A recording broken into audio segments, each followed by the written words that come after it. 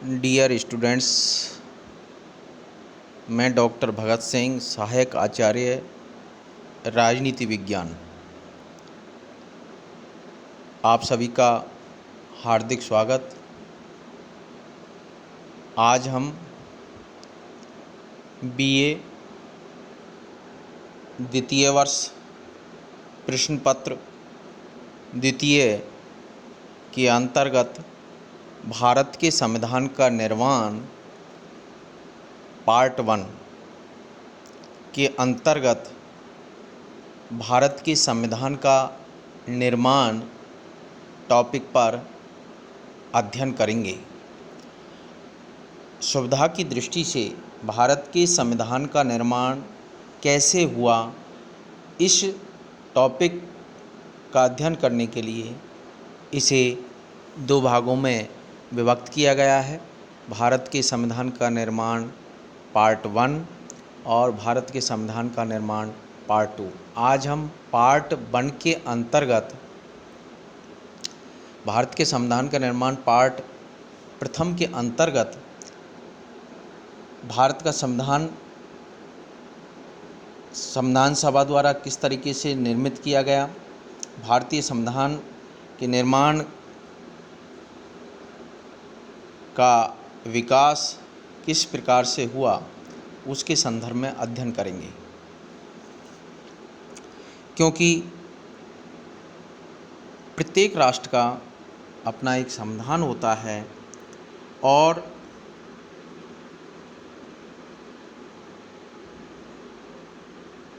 उसे उस राष्ट्र की जनता के द्वारा बनाया गया है, तो वह संविधान राष्ट्र में महत्वपूर्ण योगदान दे सकता है। भारतीय संविधान का निर्माण भी भारतीय संविधान सभा द्वारा बनाया गया, निर्मित किया गया। संविधान निर्माण के लिए गठित प्रतिनिधि सभा को संविधान सभा कहा जाता है, कॉन्स्टिट्यूएंट असेंबली। जो संविधान निर्माण के लिए एक प्रतिनिधि सभा का जो गठन किया गया, उसे भारत की संविधान सभा कहा जाता है। भारत में संविधान सभा की अवधारणा का उदय और विकास किस प्रकार से हुआ, इसके संदर्भ में अध्ययन करेंगे। भारत में संविधान सभा की मांग राष्ट्रीय आंदोलन के साथ ही जुड़ी हुई है। सर्वप्रथम भारतीय संविधान सभा का प्रथम दर्शन 1895 में बाल गंगाधर तिलक के निर्देशन में स्वराज विधेयक में प्रतीत होता है, दिखाई देता है। राष्ट्रपिता महात्मा गांधी ने 5 जनवरी 1922 को कहा था कि भारतीय संविधान भारतीयों की इच्छा अनुसार ही होगा, यानी भारतीय संविधान का निर्माण भारतीयों की इच्छा के अनुसार ही होगा। नेहरू रिपोर्ट मोतीलाल नेहरू के नेतृत्व में 1928 में कहा गया कि भारतीयों द्वारा अपने देश के लिए संविधान बनाया जाएगा और ये इस दिशा में एक प्रथम प्रयास माना जाता है। 1934 में भारतीय राष्ट्रीय कांग्रेस ने पहली बार संविधान के निर्माण के लिए संविधान सभा के गठन की मांग की। औपचारिक रूप से, यदि परीक्षा में आता है, औपचारिक रूप से संविधान सभा के गठन का विचार सर्वप्रथम किसने प्रस्तुत किया, तो वो थे एम.एन. रॉय। औपचारिक रूप से संविधान सभा के गठन का विचार 1935 में सर्वप्रथम मानवेंद्र नाथ रॉय के द्वारा प्रस्तुत किया गया। 1938 में पंडित जवाहरलाल नेहरू ने कांग्रेस अधिवेशन में कहा था कि भारतीय संविधान का निर्माण एक संविधान सभा द्वारा किया जाएगा जो वैश्विक मताधिकार के आधार पर जनता द्वारा चुनी गई हो। 8 अगस्त 1940 में अगस्त प्रस्ताव में भी संविधान सभा की बात की गई। 30 मार्च 1942 को क्रिप्स मिशन के प्रस्ताव में भी एक संविधान सभा के निर्माण की बात की गई, लेकिन उसमें 2 संविधान सभा की बात की गई जिसे अस्वीकार कर दिया गया। अंत में कैबिनेट मिशन के द्वारा भारत में संविधान सभा का गठन हुआ, जिसके आधार पर भारतीय संविधान का निर्माण हुआ। तो आज हम गहनता से कैबिनेट मिशन क्या था और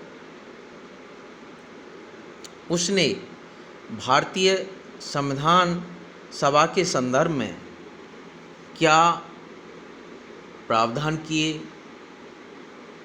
क्या उनके कैबिनेट मिशन योजना के मुख्य बिंदु थे, उसके संदर्भ में अध्ययन कर रहे हैं। फरवरी 1940 में ब्रिटेन के तत्कालीन प्रधानमंत्री क्लीमेंट एटली ने भारत में एक 3 सदस्यीय उच्च स्तरीय शिष्टमंडल भेजने की घोषणा की।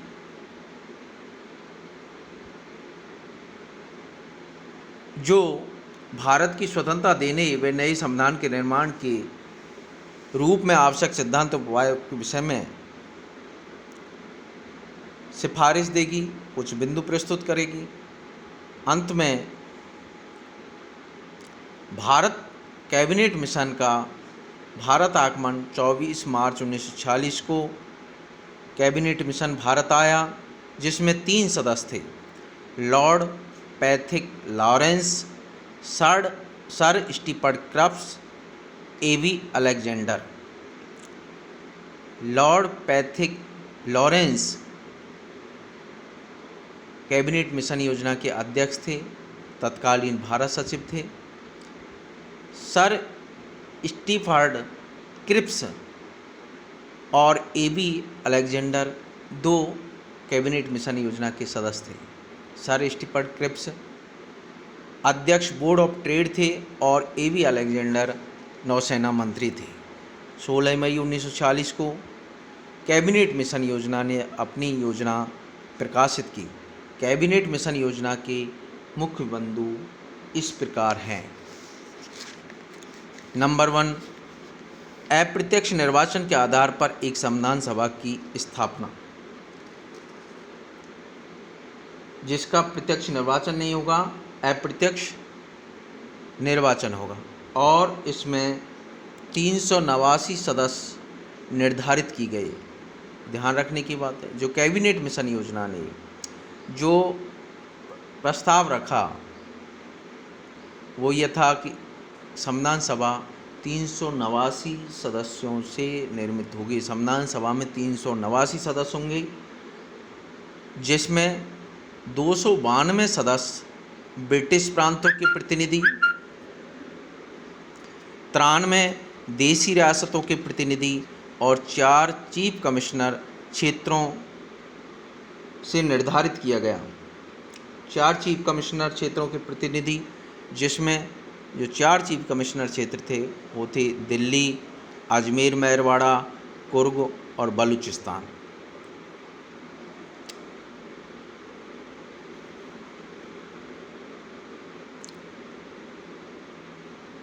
नंबर 2, 10 लाख व्यक्ति पर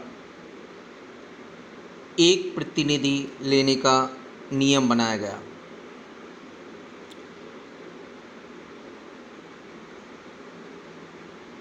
प्रांतीय विधानसभा में उस समुदाय के सदस्यों द्वारा एकल संक्रमणीय मत तथा आनुपातिक प्रतिनिधित्व प्रणाली द्वारा उसका निर्वाचन, त्रिस्तरीय शासन व्यवस्था का सुझाव, जिसमें प्रांतों को ABC 3 श्रेणियों में विभक्त किया गया। 3 प्रमुख समुदायों के रूप में मतदाताओं को बांटने का निश्चय किया गया, साधारण या सामान्य, मुसलमान और सिख, जो कि केवल पंजाब में थे।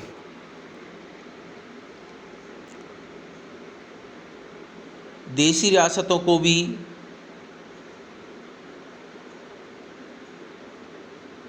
शुरुआत में जनसंख्या के आधार पर प्रतिनिधित्व देने का निश्चय किया गया, किंतु उनके प्रतिनिधियों को चुनाव का ब्रिटिश भारत से संविधान सभा के लिए चुने गए प्रतिनिधियों की समझौता समिति और देशी रियासतों की तरफ से बैठाई गई समिति के बीच में आपसी बातचीत द्वारा तय होना था। कहने का तात्पर्य है देशी रियासतों के प्रतिनिधियों का मनोनयन देशी रियासतों के प्रमुखों द्वारा किया गया, यानी देशी रियासतों के जो प्रतिनिधि थे वो मनोनीत प्रतिनिधि थे।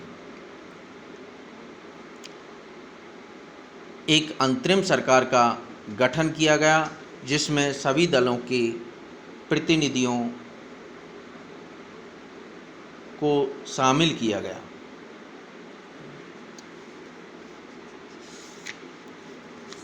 इसी के आधार पर कैबिनेट मिशन योजना के आधार पर ही जुलाई 1946 में संविधान सभा के चुनाव हुए।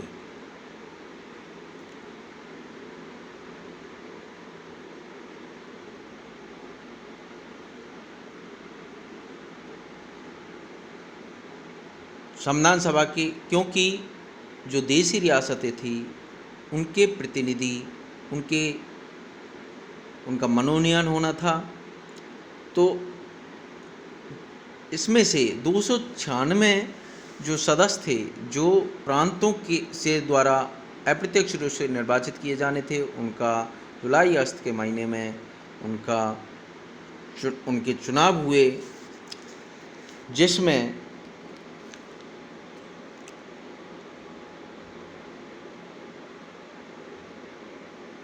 सबसे बड़े दल के रूप में भारतीय राष्ट्रीय कांग्रेस उभर के आई, जिसके 208 प्रतिनिधि निर्वाचित हुए, और दूसरे नंबर पर मुस्लिम लीग जिसके 73 प्रतिनिधि निर्वाचित हुए। 15 अन्य पार्टियों के सदस्य, जिसमें तत्कालीन जो राजनीतिक दल थे जैसे कृषक प्रजा party, unionist Muslims, unionist party, अछूत जाति संघ, साम्यवादी और निर्दलीय, 93 जो देशी रियासतों द्वारा जो सीट निर्धारित की गई वो खाली रहीं और उन्होंने संविधान सभा से अलग रहने का फैसला किया।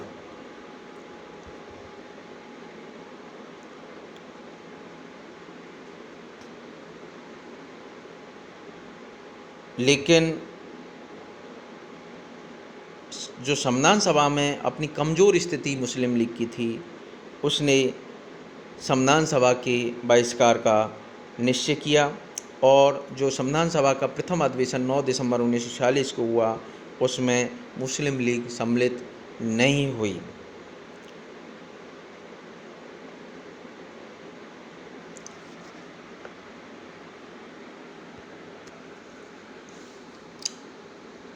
संविधान सभा के जो प्रमुख सदस्य थे, जो संविधान सभा के सदस्य जीत कर आए, या जो संविधान सभा के सदस्य थे, उनमें प्रमुख सदस्य थे पंडित जवाहरलाल नेहरू, सरदार वल्लभ भाई पटेल, डॉक्टर भीमराव अम्बेडकर, मौलाना कबूल आज़ाद, राजेंद्र प्रसाद, सी राजगोपालाचारी, आसफ अली, श्यामा प्रसाद मुखर्जी, राजकुमारी अमृत कौर, जॉन मथाई जैसे प्रमुख सदस्य भारतीय संविधान सभा के सदस्य निर्वाचित होकर आए या प्रमुख सदस्य थे। लेकिन ये भी याद करने वाली अहम बात है कि जिस संविधान सभा में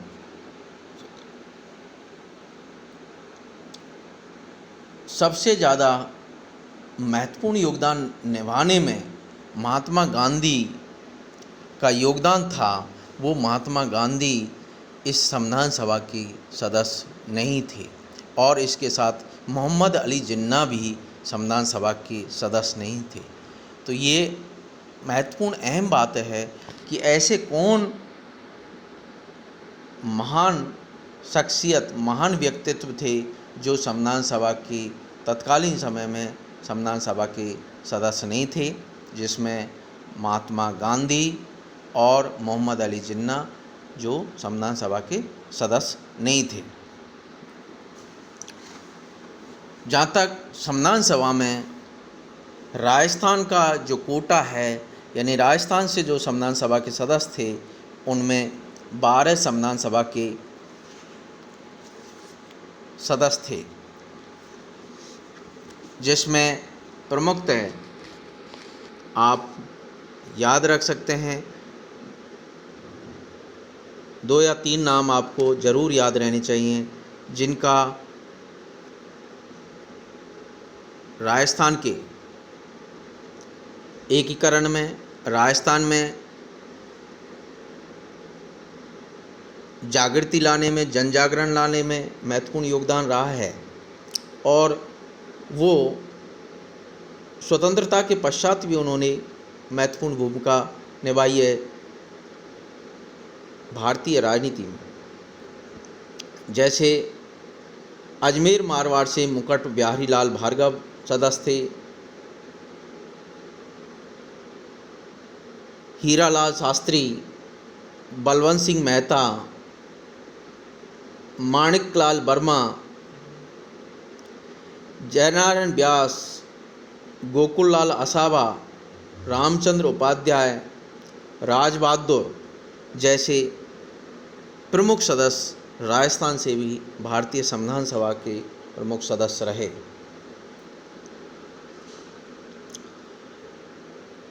अब हम भारत के संविधान के निर्माण का पार्ट 2, जिसे अगले ई लेक्चर में, अगले वीडियो में आपको समझाने का प्रयास किया जाएगा, जिसमें आप भारतीय संविधान सभा की जो प्रमुख समितियां हैं, संविधान सभा ने किस तरीके से कार्य किया, उसका क्या योगदान था, उसके संदर्भ में क्रमशः आप अगले ई लेक्चर में अध्ययन करेंगे। आज के वीडियो में बस इतना ही। आप इसे प्रमुखतः ये, क्योंकि कई बार परीक्षा में ये प्रश्न आया हुआ है, कैबिनेट मिशन योजना से आप क्या समझते हैं और उसकी प्रमुख प्रस्तावों पर या बिंदुओं पर अध्ययन चर्चा कीजिए, उनका वर्णन कीजिए। छोटे क्वेश्चंस में भी ये परीक्षा में पूछा जा सकता है कि संविधान सभा के 4 प्रमुख सदस्यों का नाम बताइए। तो ये आप विशेष रूप से ध्यान रखें, इस टॉपिक का आप अध्ययन करें। धन्यवाद।